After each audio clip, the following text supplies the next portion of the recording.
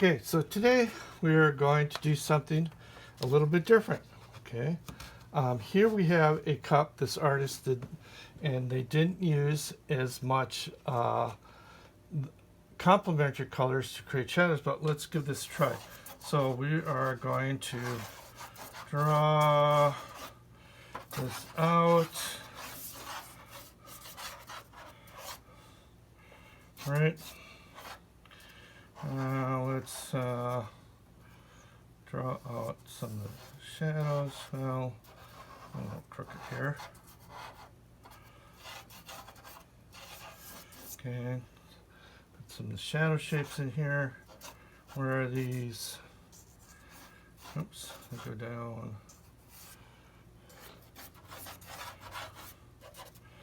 So, how long did it take? Not too long. I don't want you to spend too much time fooling around with your drawing. I want you to concentrate on, just using color. That's our goal today, is how to use color. Okay, let's edge here. And this cup comes down further. Right? There's a little thing here. Okay, so we have it kind of sketched out, where we're going to go with this a little bit. Okay, so I have light blue here, so this could be a highlight. Now what he does is he adds a little bit of white into everything. Okay, so I'm going to cross hatch. I'm looking for my highlight shapes. Right? Highlight shapes. Highlight shape. So I'm just blocking in, that's what it's called, is I'm just blocking in my general values. Just getting them blocked in.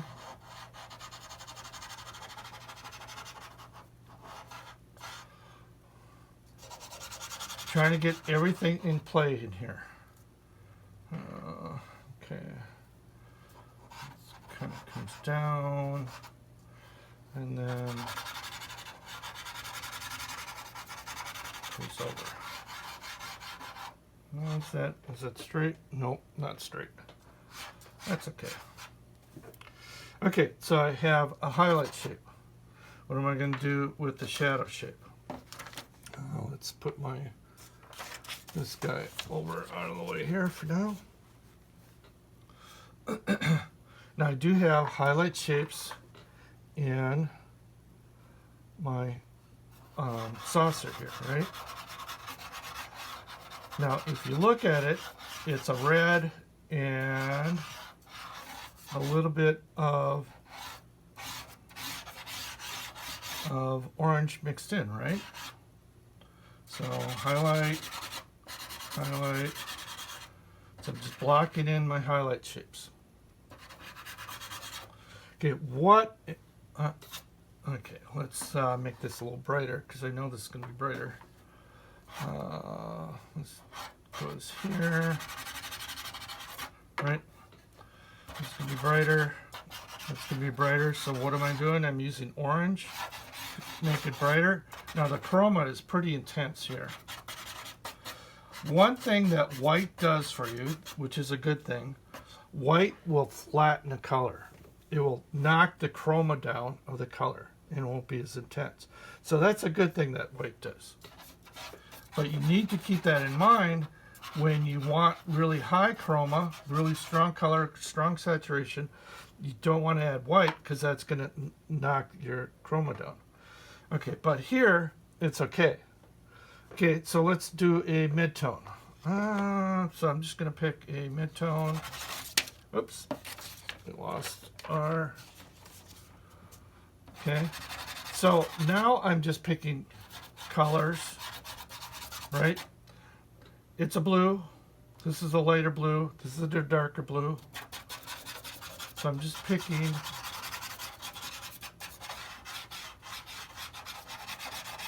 these colors in just value, right? We talked about value. Ooh, I kind of like this green they got going inside here. So So eventually here we're just copying artists who really know what they're doing, who are really good at what they do.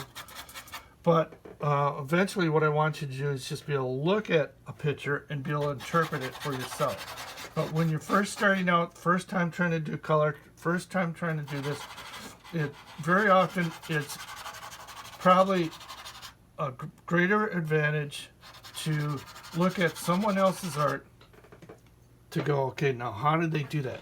And break it down and make it work for you. Okay, so I have a highlight, mid-tone. Okay, how am I going to get the shadow? Now the shadow, I could add the complement of blue, right? So I have blue, complement of blue is orange. That could help with the shadow. So let's try that. Now the only orange I have is this really super bright, heavily saturated orange. I don't know if I want to use that. Yeah. Or I could use a red, right? Red's an analogous color of orange. So I could use a dark red to create that orange. Let's try this.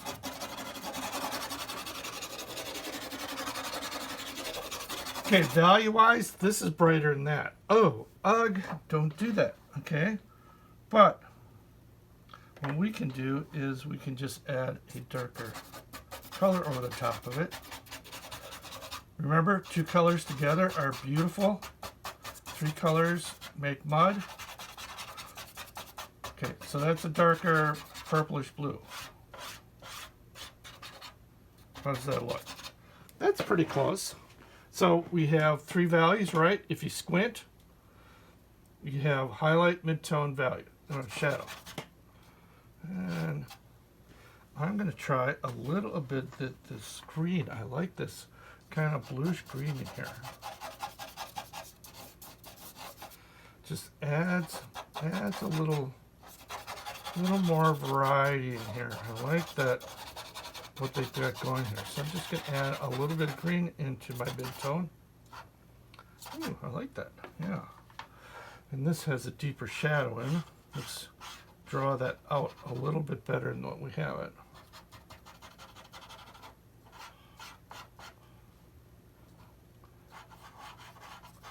Now remember, you're not just coloring. Coloring is what you did in elementary school. Now you're drawing. This is beautiful. This is what you want to do. Now notice I didn't grab a white. This is kind of really bright yellow to modify my highlight a little bit, right? Because this top part is going to catch more light and it's going to be a little bit brighter.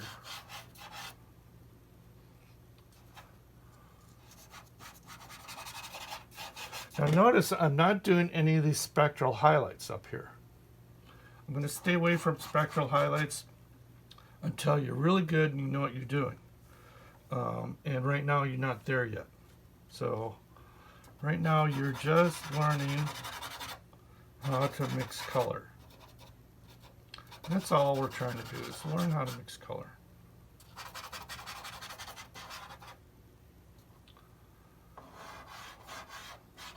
There we go. And I'm making this transition. Remember we talked about make that transition between the shadow and highlight. I'm softening some of these. I'm making some harder edges. Some of the edges of my shapes. All right. Oh, and let's, because you kind of want to work the whole drawing all at once, okay? Don't get caught in the trap of just working one spot at a time. So I need to do a shadow here. The shadow of orange is, blue. How about that?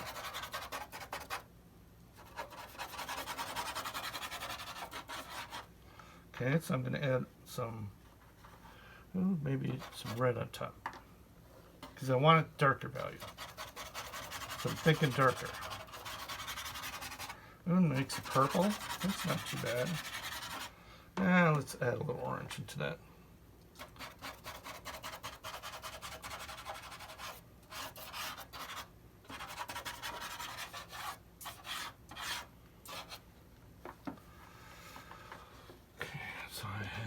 the shadow here.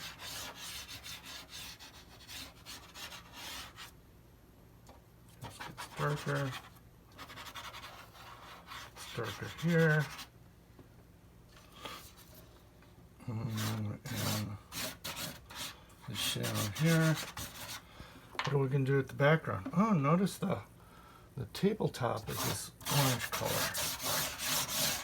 Now, anything closer to you will tend to be brighter and lighter in value, right? So right now that's kind of like, whew, ugh, Mr. Landry, what are you doing here? Okay, so I am going to modify it. I'm using a yellow on top of it. I could use a white if I wanted to. So if I grab a white here, you know, remember the white flattens color, makes it not as bright. I can use a gray in the background, but if I use a gray, see how if I use this gray, I want to modify this gray with a primary color somehow, because I don't want this gray to be this flat. Sometimes when you put a neutral color next to a, you know, really bright primary colors, it's going to make these colors pop even more. So what am I going to do? I'm going to add maybe a little bit of blue into this. Yeah, that helps, right? It goes with the cup. So I make it a bluish gray.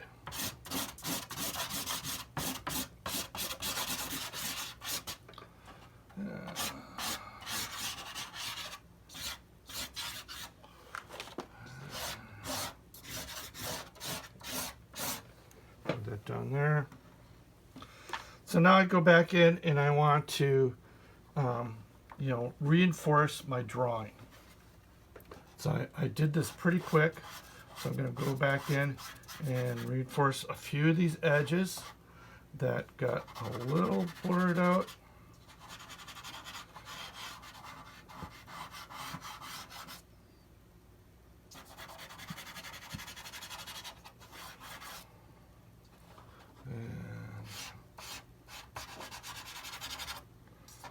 Reinforce some of my shapes, right? Cross-hatching allows me to put more layers on than what I think I can. You know, it just adds for a more beautiful color. Just go for it.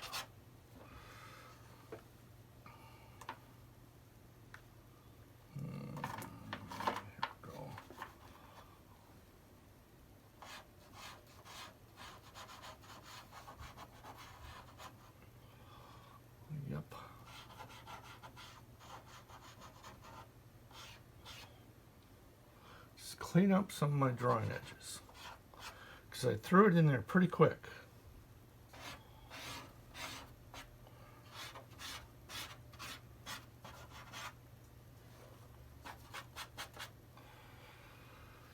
Now this looks a little bit too, this orange is just too much, so I'm just going to take a bit of white and hit it and try to knock that chroma down just a little bit, just a tiny bit.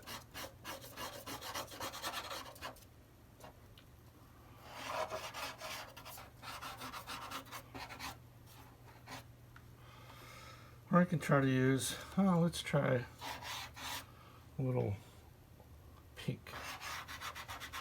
Sometimes that'll help. Remember when you add 3 colors, it turns mud?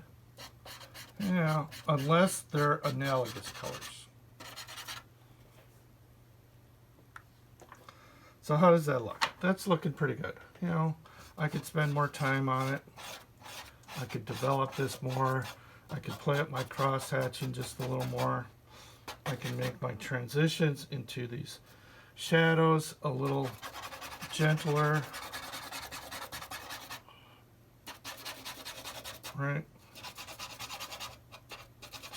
Getting some reflected light coming back this way, so I can add a little reflected light in there. So when you're dealing with color, you really want to look at temperature and all kinds of other stuff. But we're trying to keep this as simple as possible for you.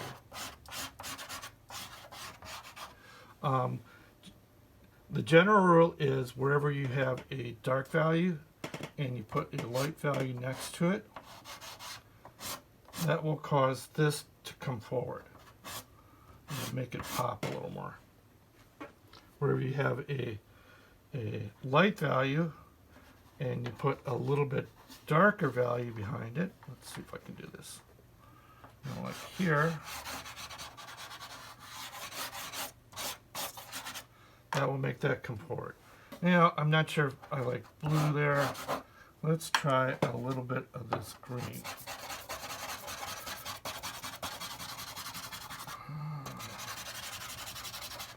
Ah, I like that green. That works.